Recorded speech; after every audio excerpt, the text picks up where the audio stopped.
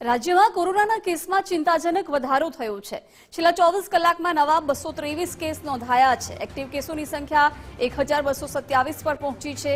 13 દાખલ છે જ્યારે 1204 હોમ આઇસોલેશનમાં છે। છેલ્લા 24 કલાકમાં 223 નવા કેસ નોંધાયા છે।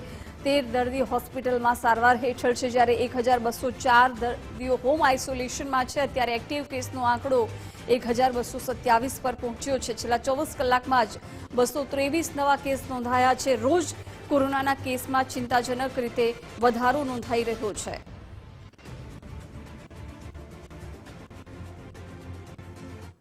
અમદાવાદમાં પણ કોરોનાના કેસમાં સતત વધારો થઈ રહ્યો છે। નવા 175 કેસ છેલ્લા 24 કલાકમાં નોંધાયા છે।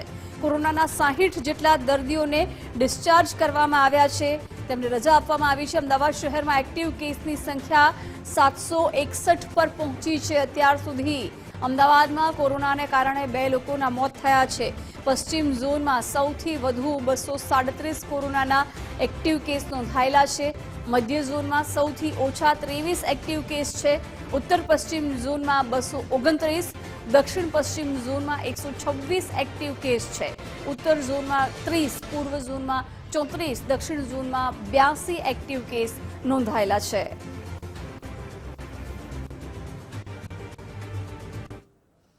રાજકોટમાં કોરોનાને કારણે પ્રથમ મોત નીપજ્યું છે। 55 વર્ષીય વૃદ્ધનું સિવિલ હોસ્પિટલમાં મોત થયું। વૃદ્ધને છેલ્લા 4 દિવસથી કોરોનાના લક્ષણો હતા। ગઈકાલે સિવિલ હોસ્પિટલમાં સારવાર માટે દાખલ કરાયા હતા। સારવાર દરમિયાન વૃદ્ધનું મોત નીપજ્યું છે। દર્દી હાઇપર ટેન્શનની બીમારીથી પણ પીડાતા હતા। વૃદ્ધને છેલ્લા 4 દિવસથી કોરોનાના લક્ષણો હતા। ગઈકાલે જ સારવાર માટે દાખલ કરવામાં આવ્યા હતા।